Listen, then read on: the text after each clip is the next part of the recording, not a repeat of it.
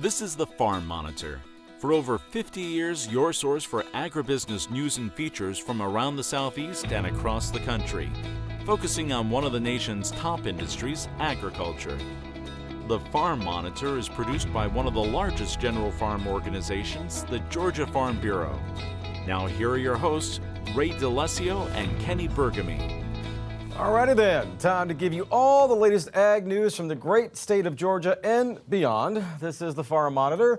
I am Ray DeLessio. And I'm Kenny Burgamy. The past few days, we've been hard at work churning away, and we think you're going to like what you see.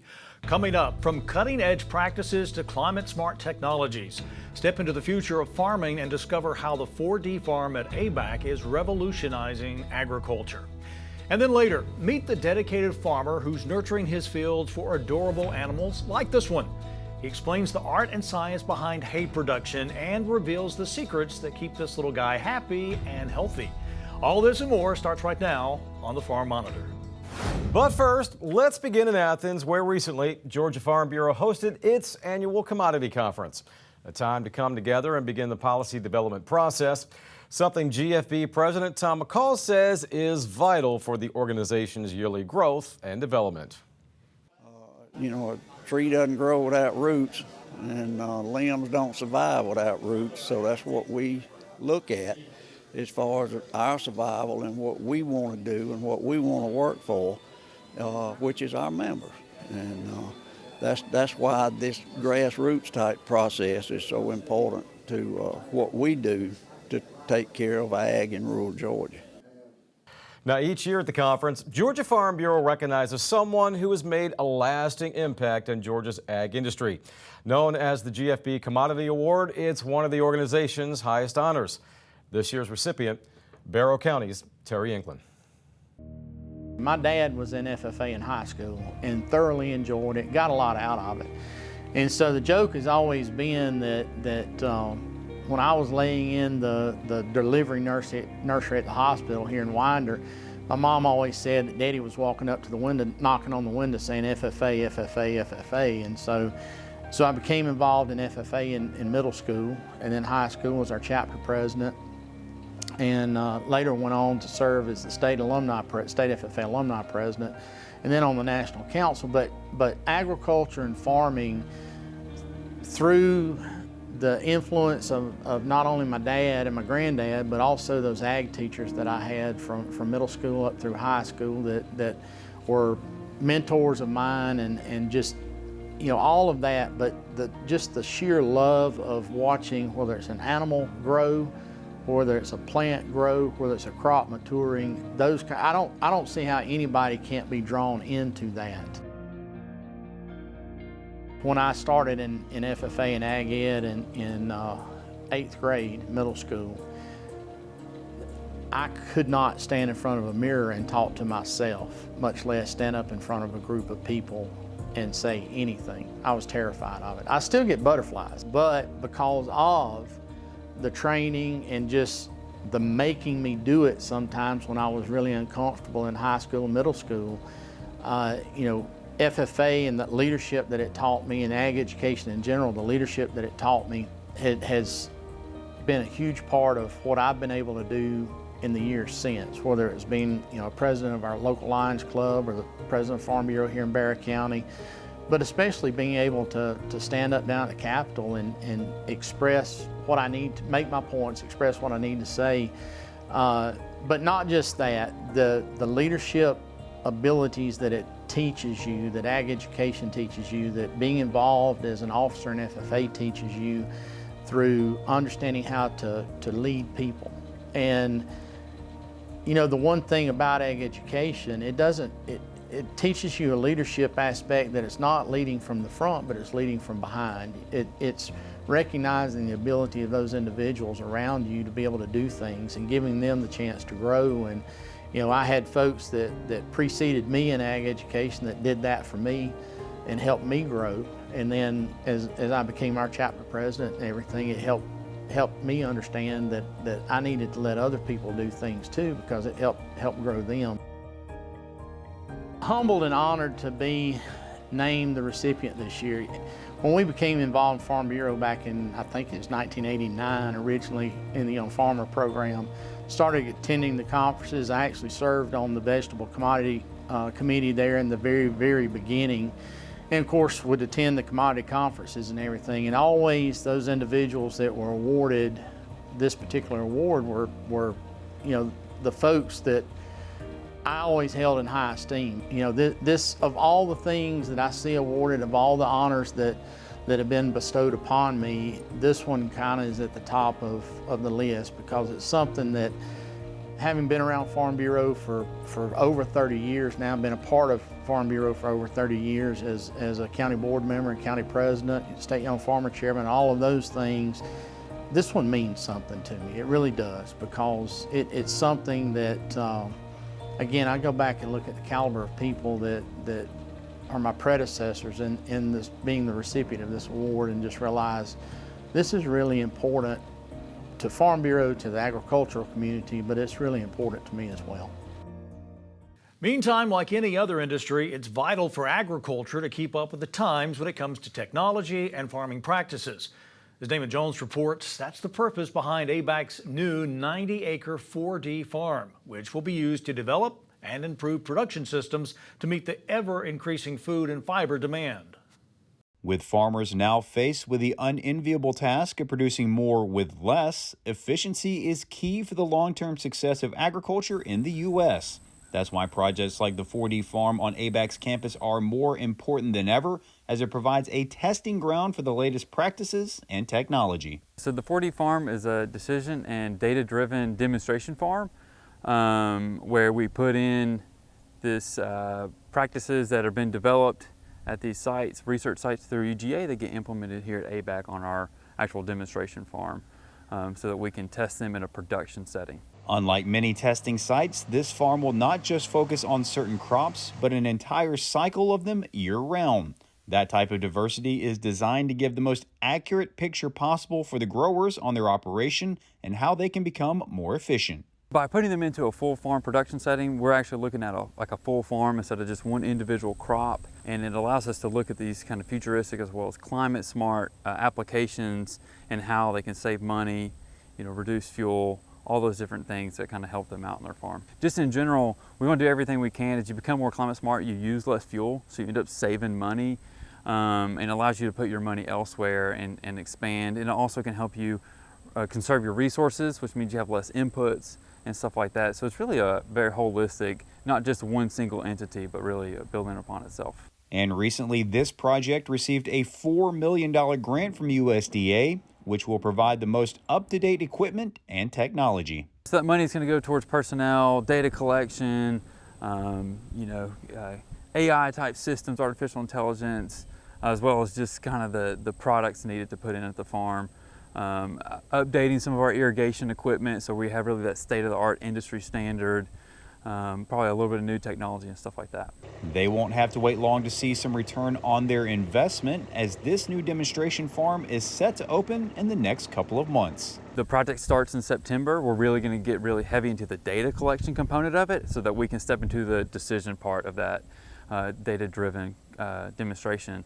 And so, yeah, starting September, we'll start harvesting that corn that's in the background, and we'll start getting data off that, and then we'll be looking into our soils and thinking about our crops for the next 4 years or so. And the future is what this operation is all about, as it combines research efforts from UGA and Clemson with the practical applications on a state-of-the-art farm to keep the agricultural industry moving forward.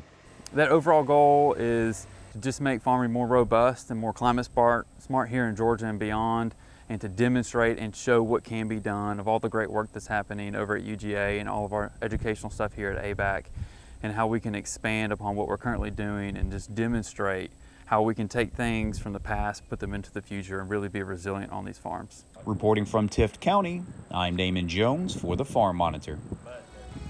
When we come back, from many cows to massive fields, explore the journey of nurturing hay that feeds both hearts and hooves.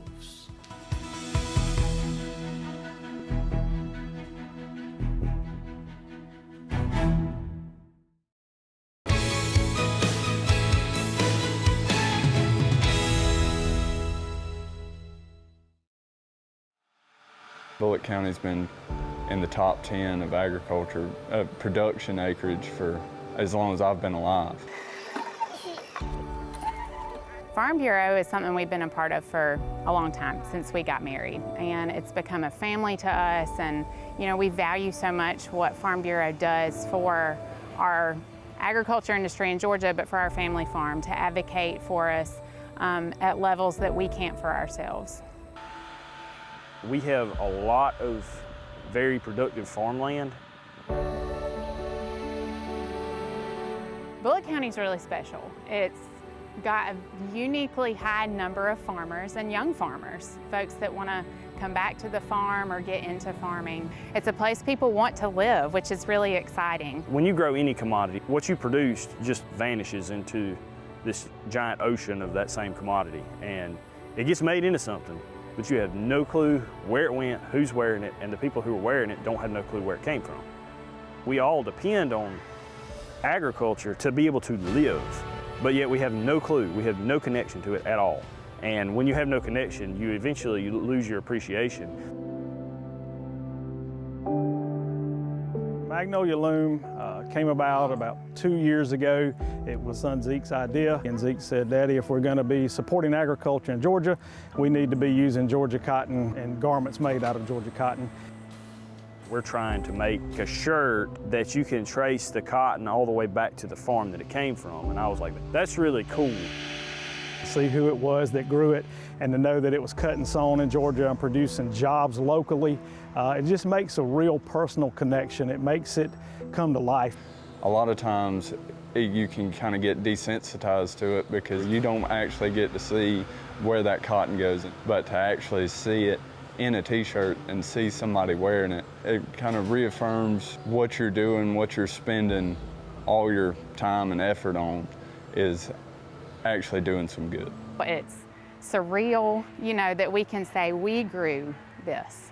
There's so many produce products and even, you know, meats that you can say, I grew this. But I don't know that we ever dreamed that we would be able to say this came from our farm. It's because we want people to know our growers. When a shirt leaves our facility with the design printed on it, every one of those shirts will have a QR code like this. And all you have to do is take your phone and scan that QR code, and it will take you to a link on our website where you can meet the family that grew the cotton that's in that shirt. And being able to say that my cotton grew that shirt, I mean, that's a pretty neat thing to say.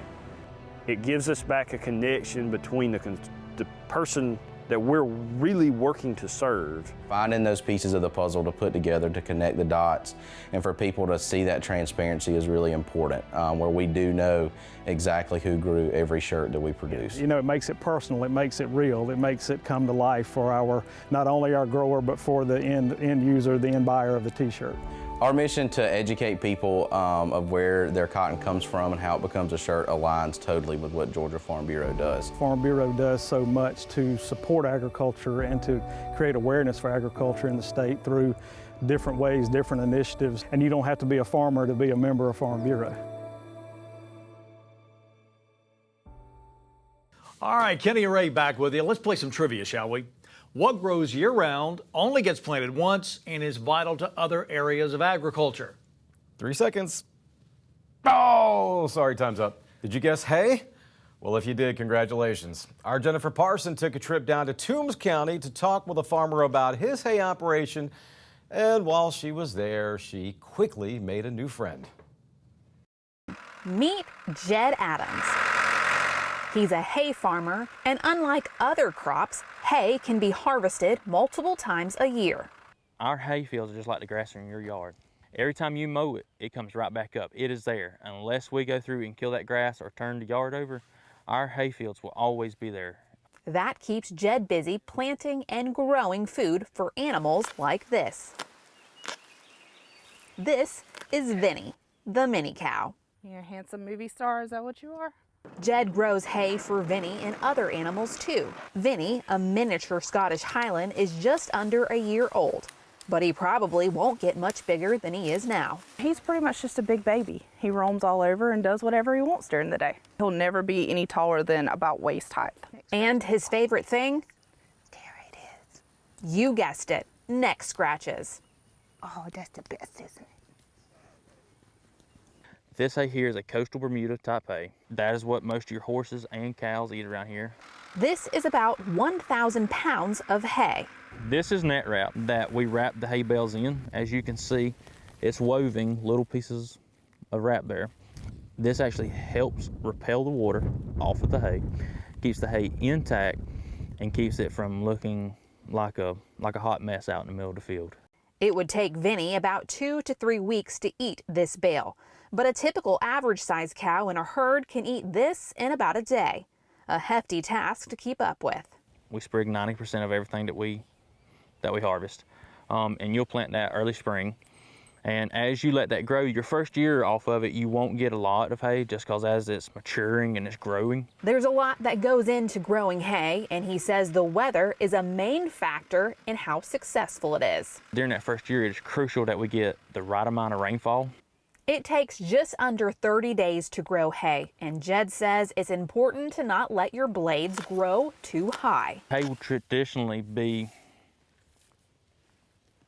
about this length here on your second, third, and fourth cuttings of hay. If you let your hay get too long, it'll get what we call rank, and it'll get really tough, and the blades of grass will, as you can see right here, these blades of grass, they're breaking and bending real easy right here, and they still have some moisture in them.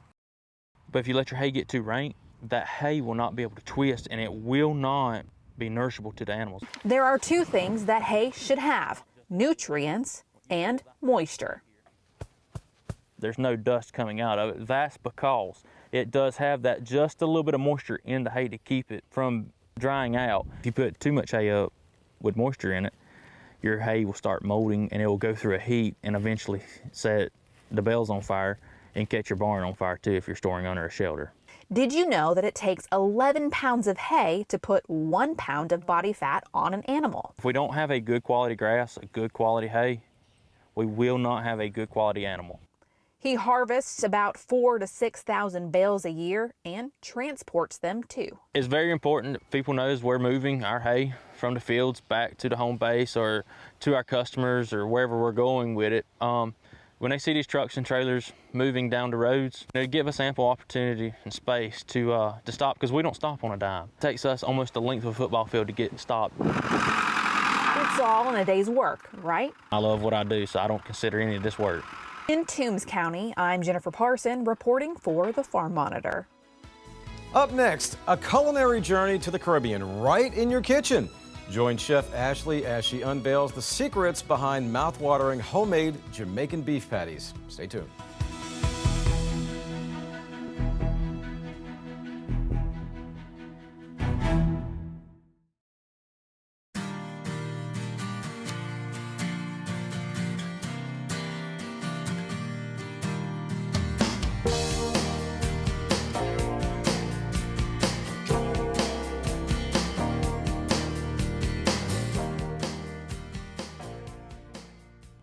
Juicy ground beef cooked down with spices and a little bit of heat, stuffed into a flaky pastry. It's one of the most iconic street foods and holds its own as one of the best. You and your family will love these Jamaican beef patties.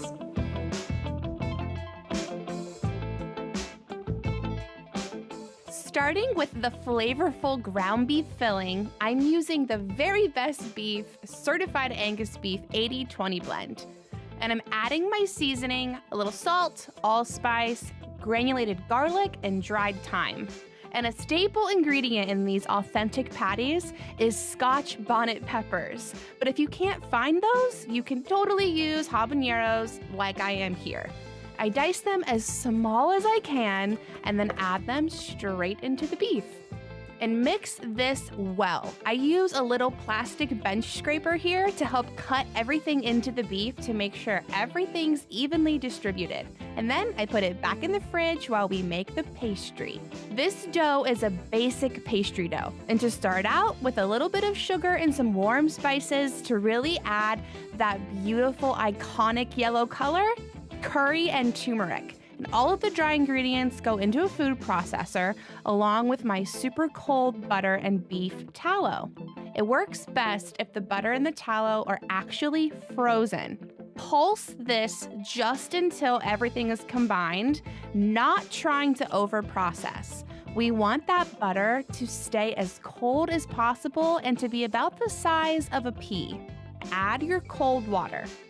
Using a plastic bowl scraper again, or your hands, quickly work the water and flour mixture until it's a loose, shaggy dough. And by shaggy dough, I mean dough that's not totally put together. The shagginess is gonna help everything stay nice and flaky in the end. Dust a work surface with flour and turn out that shaggy dough and gently knead it until it comes together, just barely 1 minute. Roll out the dough into a 7 by 11 rectangle. Working with the longest length of the rectangle, fold a third of the dough forward to the middle, and then fold the other third over that to create 3 layers of dough in a letter-like shape. From there, roll out the dough to another 7 by 11 inch rectangle and do the same letter fold 2 more times. This is what creates all of those layers of flakiness. Cover and refrigerate while we make the ground beef filling.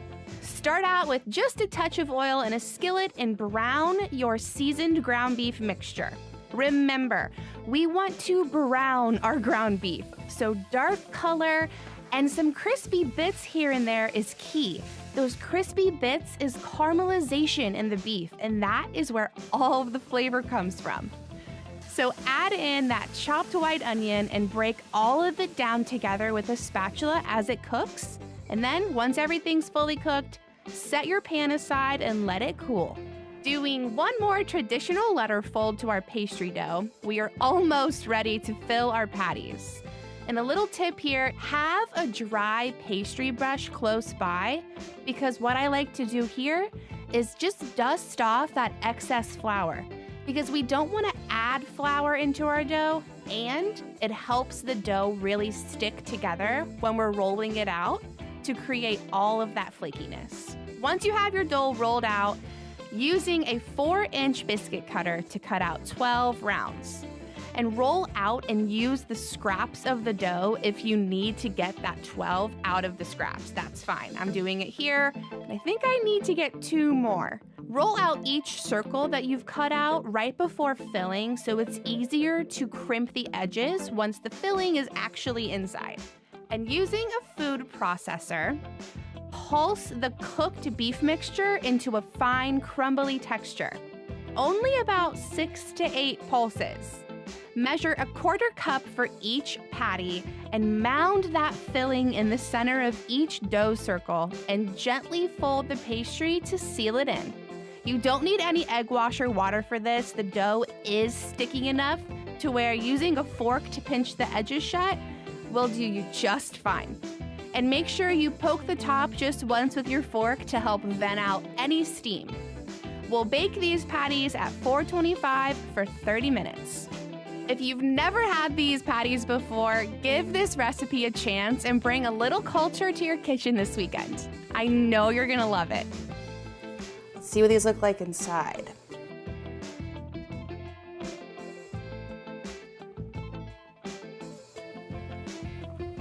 These are delicious. The heat is there, the curry's delicious. I can't wait for you to try these. See you next time in the test kitchen. Huge thanks to the fine folks at Certified Angus Beef. And if you'd like more recipes like the one you just saw, it's very simple. Log on to certifiedangusbeef.com/recipes. And that is our show for this week. Take care, everybody. We'll see you next time right here on the Farm Monitor. Stay safe.